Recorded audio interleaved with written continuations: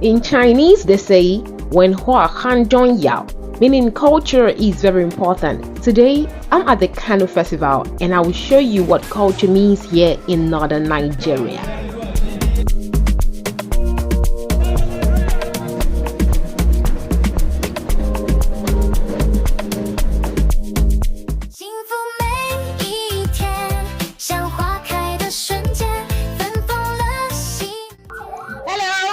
My channel. My name is Annabelle and today we are live at the Kano Festival. Yes, it's the first edition of the Kano Festival, and today, of course, you know how I love culture and art so much. That's why you see I'm all dressed like this. Welcome to Annabella's Diary, guys. So I'll be taking you around to see what's happening today, and of course you can see how busy this place is. So you're going to be seeing a whole lot of things when it comes to art and culture. But first of all, I'll take you inside to see what's happening there. So guys, stay with me on this channel.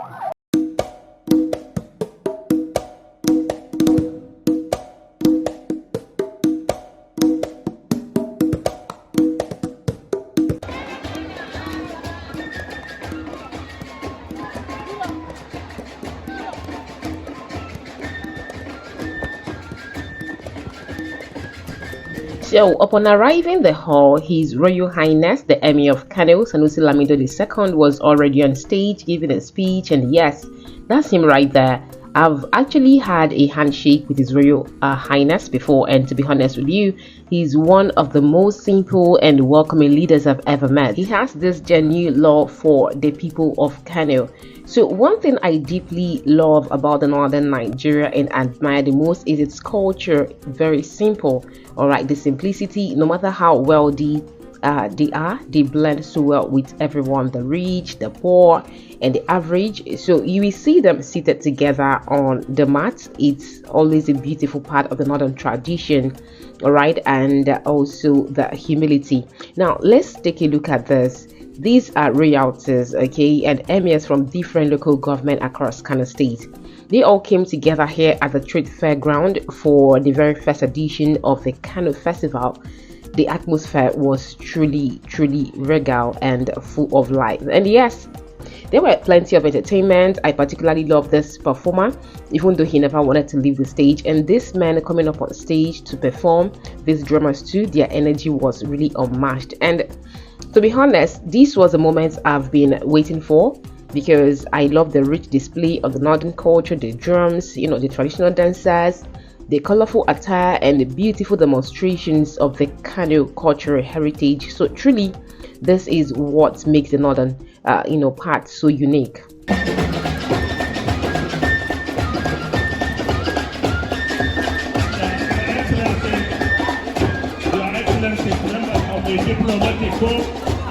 Your Royal Majesty for over 3 periods since the time of memory.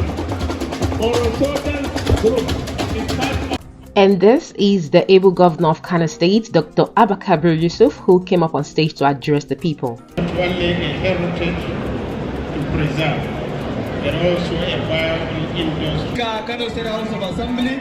It was time for the group photograph, and the Emir, the governor, and other notable personalities, both national and international, were all invited to the stage.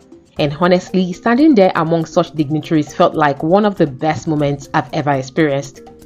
The governor of Kano State, I must say, truly lives up to his reputation. The ambassador of Rwanda,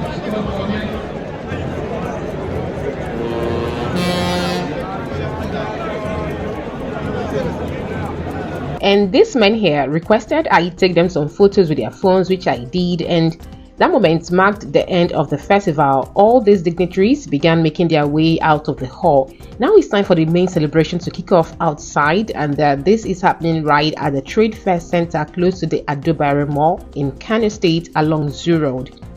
Now you can see the governor stepping out as well, and honestly the youth didn't even want him to leave. They were sharing and following him up around, and honestly I understand, because the governor himself has truly done a lot for the Kano State and especially for the youth and children. So many of all these people have benefited from his programs and initiatives in one way or the other.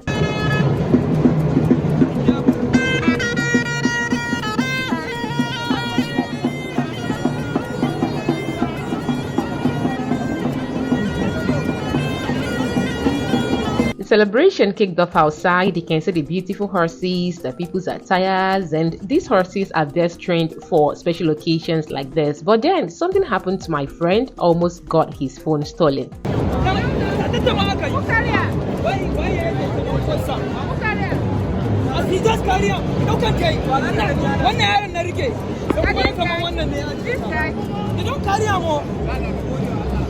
Be careful. Just say it.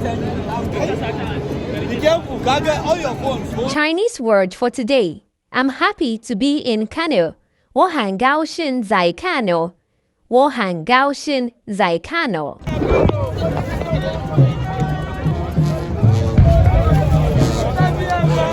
The security here is heavily guarded, and as you can see, the traditional followers of the Emir were already heading home with him. Yeah, that's part of the culture and tradition. Now, if you know the reason why those men in red and green, the Emir guards always surround him closely using their agbada to cover him, please let me know in the comment section. And also, I've always been curious about something. Why do we always see young men with knives and sticks following politicians and emirs during events like this? If you know the cultural reason or security reason behind that, please share your thoughts with me in the comment section. I would like to learn more. You can see now that most of the dignitaries are already leaving, escorted in convoy and under tight security. So I decided to take a walk around the festival ground to see what's going on there along with my friend. Look at this talented young boy. I know you'll be wondering what is he doing. Yes, he's knitting, and to be honest, I can't remember the last time I saw this. It's been a very long time, and you're going to be surprised at the beautiful outcome of this work. This man too, he's also knitting. The festival is filled with creative artworks everywhere, and each store has its own banner showing their business name and phone numbers in case you'd like to reach them outside of the street fair. And everything here is handmade, crafted with so much effort and skills. To be honest with you, people they try sha, and this is how they make their own urgent 2k daily bread on natural things they can find around them from their various local governments. And you see this woman right here, she makes her own perfume from scratch. The scent was really nice. These footwears were made from pure leather, yes, real leather. And over here, this man actually made his own herbal medicine himself. And as you can see, this brand right here also playing cool jams, and to be honest with you, you could feel the vibe of the festival everywhere. These jalabias right here were also handmade, including this cap. Yeah, the shop owner made it himself. And this one, real snake skin and other animal skin right here.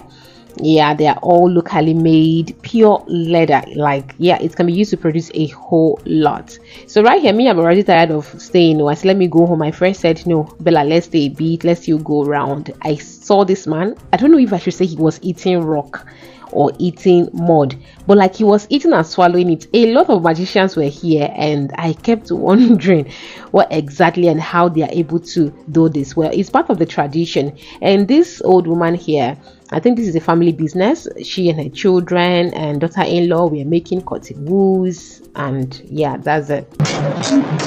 And we came across this man drumming, and my friend said it's time to hail someone, that it's really part of the tradition, and he really wanted to do it. And here he is hailing the man, and you know, I don't really understand what it is about. Okay, so here this man was performing magic. So he's pouring in a cold water into this pot of sand, and the sand was boiling hot. Honestly, it's my first time seeing something like this. A lot of magicians present here.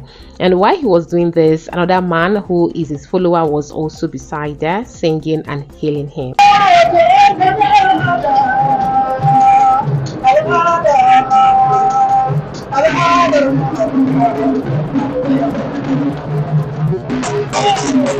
We joined in the traditional dance, and the locals there were so happy to see us vibing to their beats.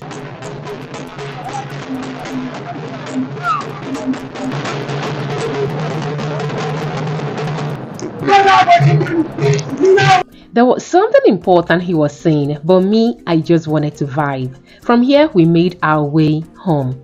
Guys, if you have watched up to this extent, please make sure you hit that subscribe button, like my video, and drop a comment below. What do you think about the Northern Nigeria? See you in my next video. Side cheers. By my side, every moment feels so right with you, my love. I'll always days abide. I really